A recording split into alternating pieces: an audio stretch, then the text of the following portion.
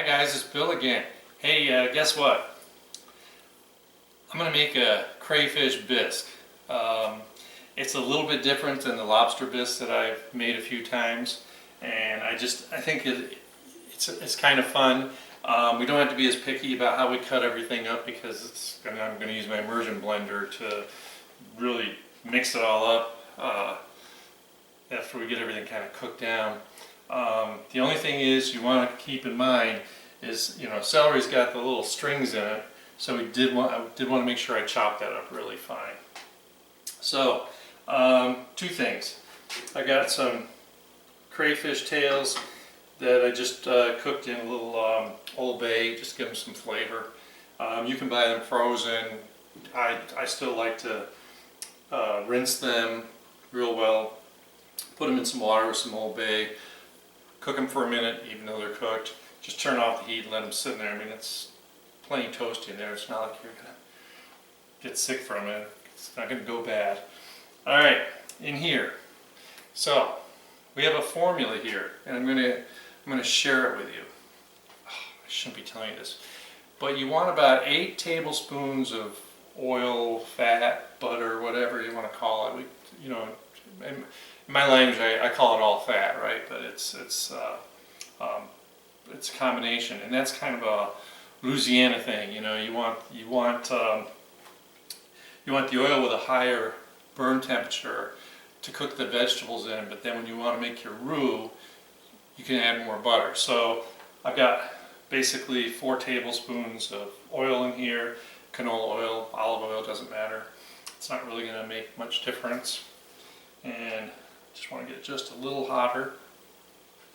And then later I'm going to melt in some butter so that we can have that combination. And then for your roux, the rest of the secret is you want about 3/4 cup of flour. And we remember, and I'm going to talk about it when I get it all mixed together, how we really want to make sure we kind of cook that flour a little bit. And if you're really southerner, you cook it to that brown, kind of past that point, just for the flavor. But we're going to see how this all works out. Alright, so I got about 2 stalks of celery, I got a medium yellow onion in here, and I got a red bell pepper. Oh, why not?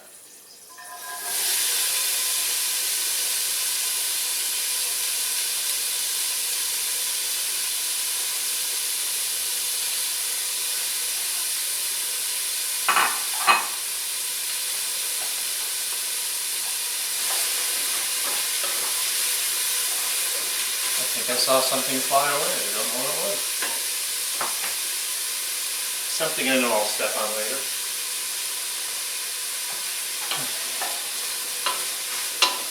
So I want to soften up everything. Give it a quick little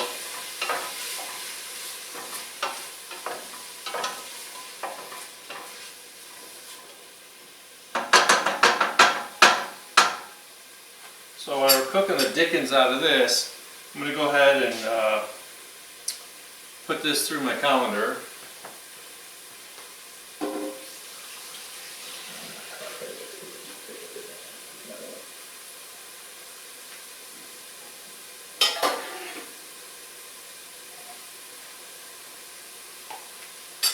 Let it drain.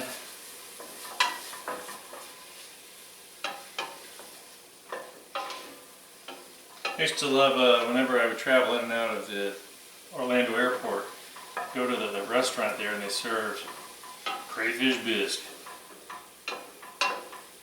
Used to really enjoy it. With a Sam Adams or two.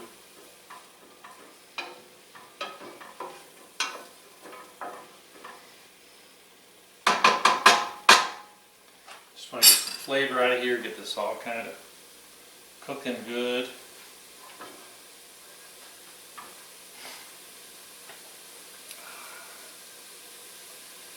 There's so many things out there that you can use to cook with, and sometimes it's kind of scary. Things that I kind of go, ooh, and I'm pretty easygoing. I'll eat just about anything.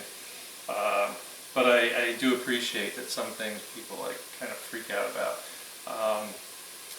You know, I love scallops, but you got to cook them the right way. And I hate to say this, folks, but you got to get sea scallops and you got good ones. Sometimes I think that some of the grocery store chains are less than honorable, and you're not really getting scallops. So want to keep that in mind. That's why it's nice to have good fish market to go to.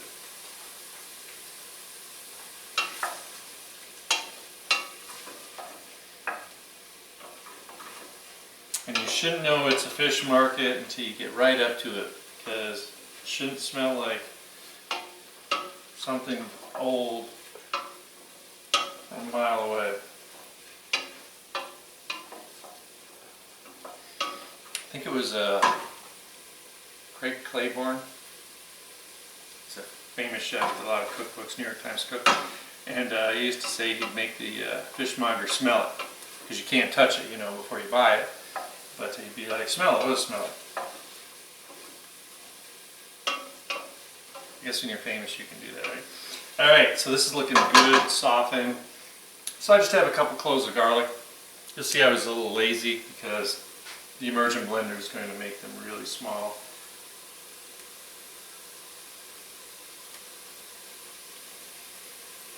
I love garlic.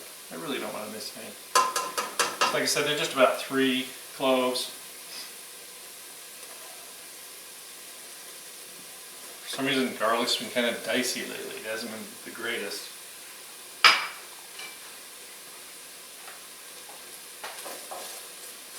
Yeah.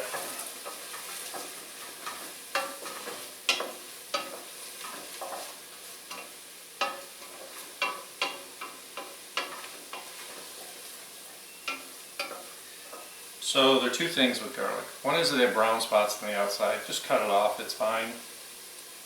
But if you see that, you know, it's already starting to grow and the inside's green, just cut it in half and pull the green part out. It'll be perfectly fine. I hate wasting too much, you know.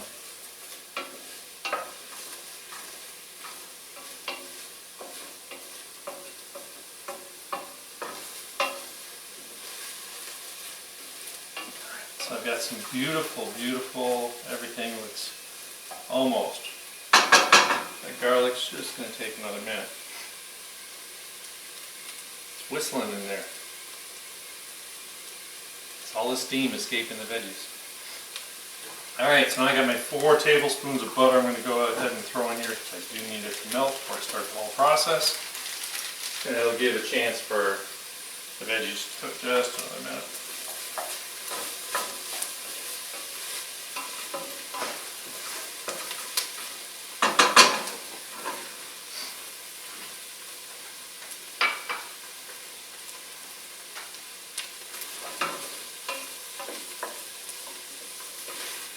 Remember, once you get the butter in there, you got to make sure it's not on high. You know, you got to turn the heat down a little bit. And I'm letting the pan kind of cool down as the butter melts.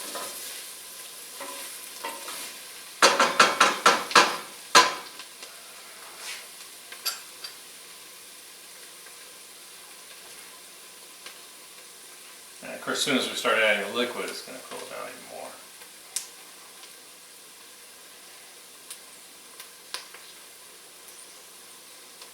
Looks like it's looking good. Oh yeah.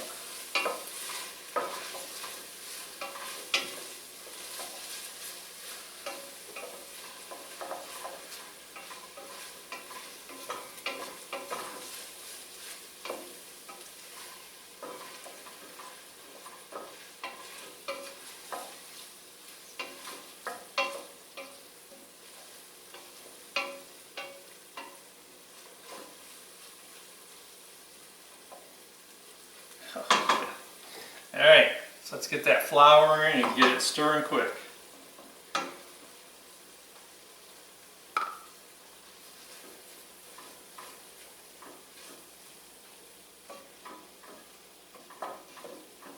I think I mentioned this a few times. Really stopped I've run into some bad luck with some of the more generic brand flour. Probably because it's not like treated with something that keeps it from clumping. It's really tough to make a roux when you're can't keep your flour from clumping. Alright, now here's where you want that minute of good cook time to set in, because you really want to get that flour to cook up a little bit.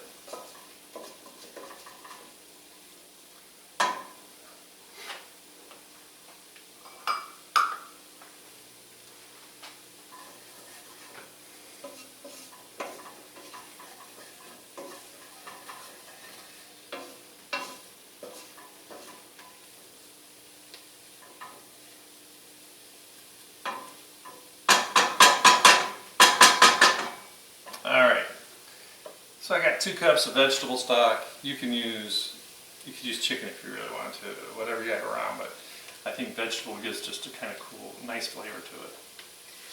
And remember, we're going to trickle it in to start that whole process of making the roux. Keeping the pan hot, keeping everything happy. And this is room temperature, so I just opened up the box, but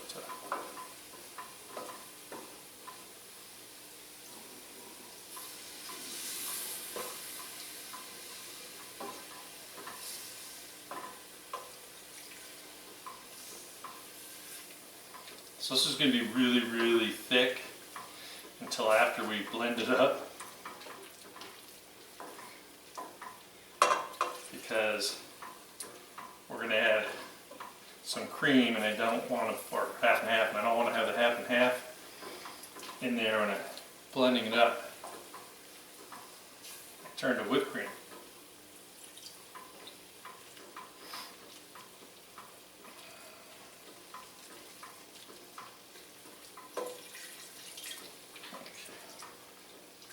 It's looking good.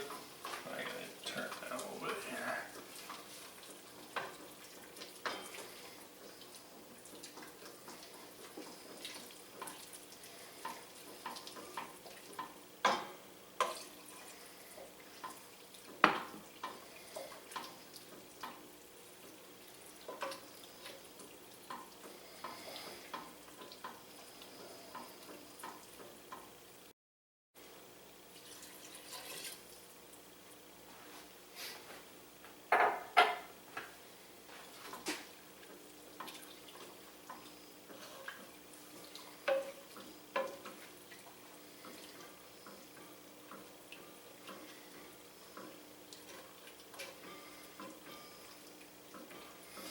Make sure you get all that flour nice and cooked.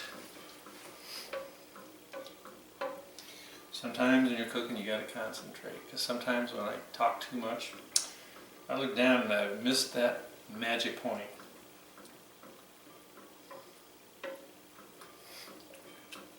Okay, looks beautiful. Alright, so this is what's really funny. So I got half a cup of dry sherry. Don't cut corners. If you do, you don't want lousy sherry in there. Like, don't use like cooking sherry or something goofy.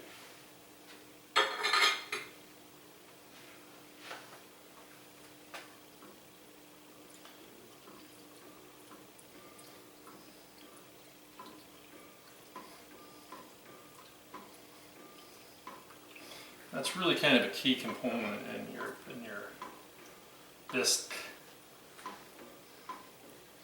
All right.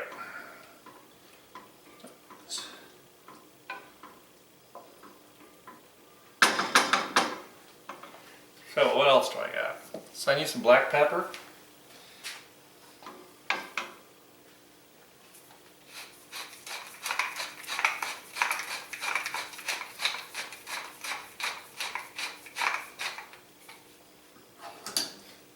Heat. Got some fresh thyme. Fresh thyme is really great for this. You know, you can buy it in little stalks and you just run your hand down and what falls off doesn't. Just look to make sure it's nice and green. I want it about more than a tablespoon. There's probably a tablespoon and a half in here.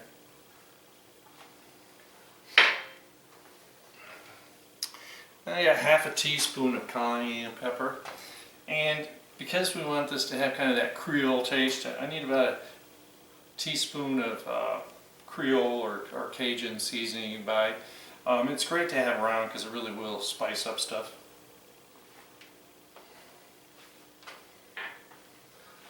And we need color because bisque has to be red. And I know there's red pepper in there, which is going to help, but I still want to add like two spoonfuls of tomato paste. Maybe if I make a big spoonful, it'll come off easier. Never works the way you want, right? And I'm going to keep this out because I want to check the final color after I get my dairy product in there. So this is going to stick around. Alright. Clear my space. I want to stir this up, make sure everything's still looking good. Everything mixed in here. And there should be enough heat, even though I turned off the heat, to melt the paste. Paste kind of dissolves in the heat. And the color's looking good right now, so we might be okay.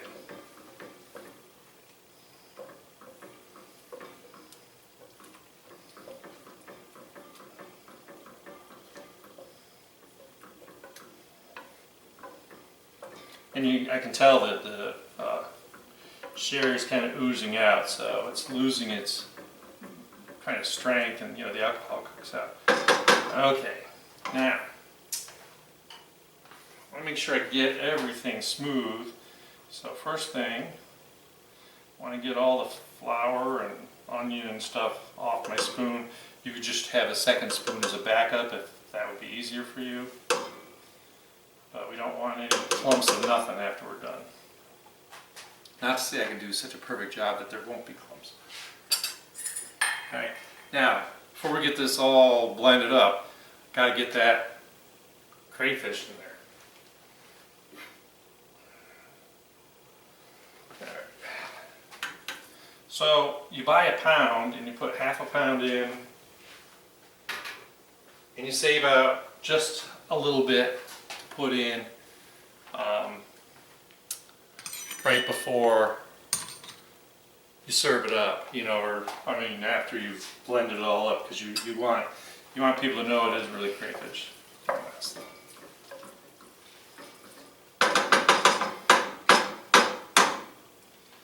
Okay. See, it's really hot. Yeah. Don't burn your hands on my account. All right, let's see how this goes.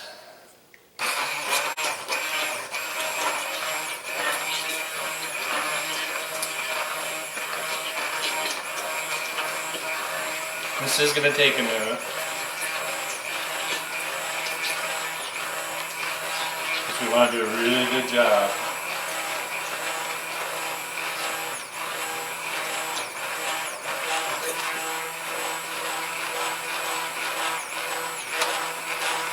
So I work in a small area, get it nice and smooth, and just kind of move on to the next area.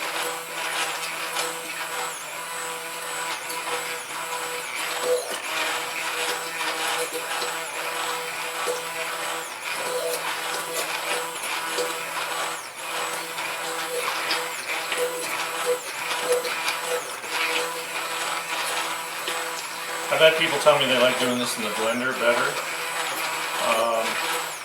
I just think immersion blenders are just so darn handy.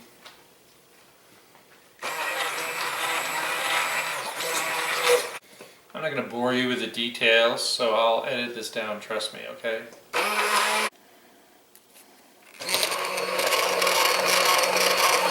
So now you can see the consistency. Looks really, really good. It's almost like a squash soup or something. And that is exactly what we wanted. It took about 3 minutes. So you can see everything is pretty incorporated at this point. Just takes a good immersion blender and a little bit of patience. Alright, that's it, and let's get back to the regular shop. Alright, This is beautiful, okay? So now we gotta make it a real bisque. So first thing I've got 2 cups of half and half. Now you're gonna think this is really funny. I'm gonna stir it with my agitator here on my immersion blender. We call them boat motors in the restaurant. I keep making that slip up. People are, what's a boat motor?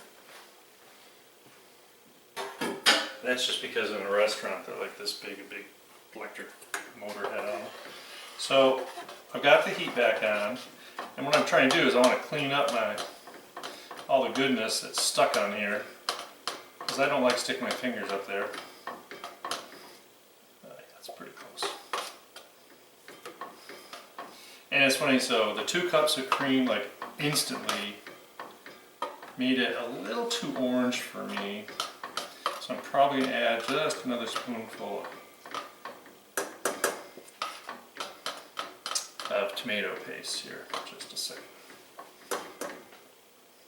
The other helpful hint from Heloise or Bill, whoever you like to listen to, is keep one of the measuring cups with water so you can soak this thing in it. Because once you get these really dirty, it is really tough to clean. So that's what I'm going to do right now.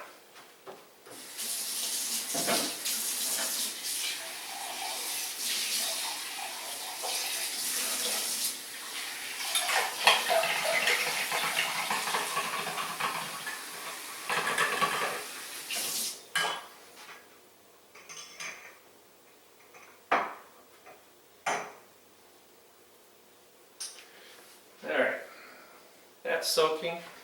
Let me give myself just another, not as much this time. Give up on this.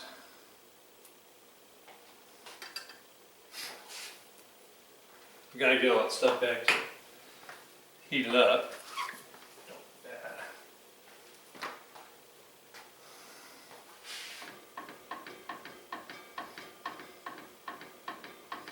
Just want to get some nice depth on that. Yeah, I think that's going to work. Alright, so we still want to cook out, we don't want to have a whole lot of raw alcohol in here, but I need just a little more. So I would tell people 1/4 to 1/2 a cup of the sherry again.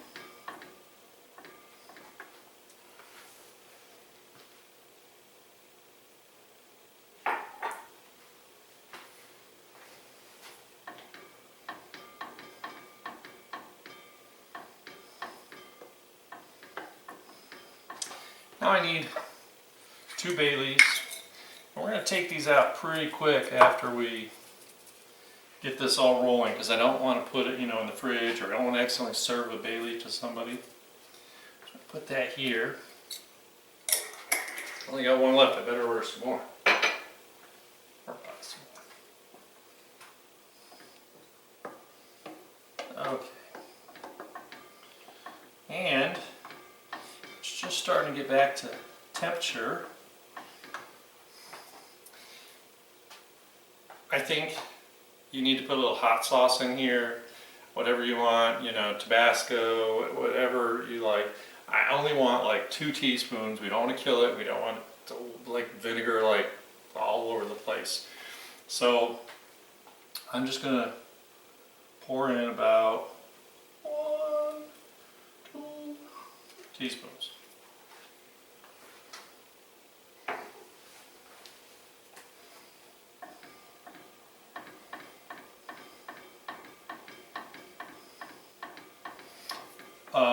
Some people tell me that you go to a lot of restaurants where they serve good food like this, and there'll be a bottle of hot sauce on the table so you can add your own. Okay, so last but not least, so we had about 1/2 pound of crayfish that we blended in here, and then I got about 1/2 pound that I just want in here whole. Let me tell you, my staging area is getting really full of stuff, so. And basically we just want to heat this through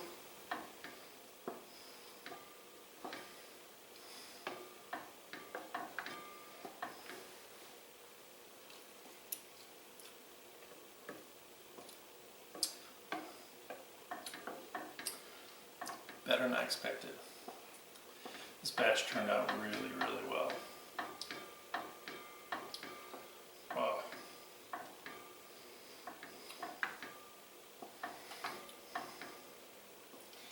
Just keep a lookout. Obviously, crayfish is a lot cheaper than lobster tails, but if you want to try something really fun, yeah. I can't believe how you can, that because you use the immersion blender, you really get the red pepper, the celery flavor. There's a little hidden bit of garlic in there. You really don't put a lot of garlic in, so it's not as strong.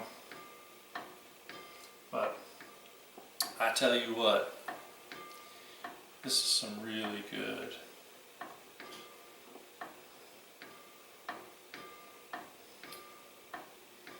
So just want to get everything nice and toasty warm. And I'm pretty funny about this. I love bay leaf, but I don't want to kill anything in bay leaf. So once they start to get nice and flexible in there, it's about time to take them out. No more than 5 minutes. That's just me.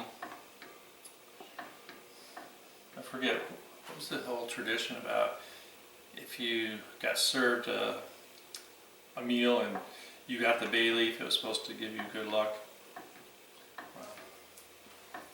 I just think it's kind of strong. Of course, obviously, if you accidentally bit into it, you certainly know it.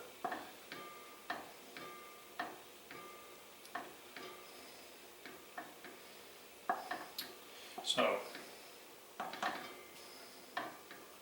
this is, I want to dish this up so you can see the consistency. You saw when I was blending it,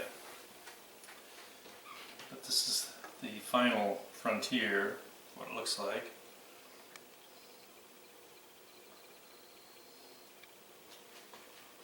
So it's a true bisque in that sense. Some people would say it's like the consistency of wallpaper paste, right? That's a joke, but it's okay. So this is a great little kind of appetizer, a pre-dinner thing. It definitely will get your taste buds going for the next course and just make you think that you've just gone to heaven. So, and since I don't have a crew to clean up after me, I always clean up after myself. You notice that? Alright. My spoon rest is full. So last thing I want to do, because I want to kind of put some kind of pizzazz on this, because that's the key, right? I just went out and got some fresh chive and just cut up. I just want to sprinkle just a few little pieces. If you're really talented, you could probably make a little smiley face or something. But please let me tell you, you're going to love this. This is excellent. Just like all my other recipes that y'all love to make, which I appreciate.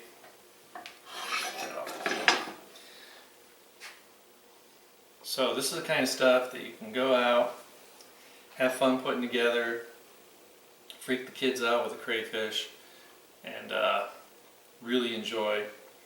And so, like I always say, get the family in there, have fun in the kitchen, try something different, expand your horizons. You'd be surprised what you find out. And of course, please subscribe, ring the notification bell, and comment. I'm getting a lot of comments recently which have really been motivating me to do other things. And let me tell you, this was so worth it for me to figure out. And I will see you later. Have a great day.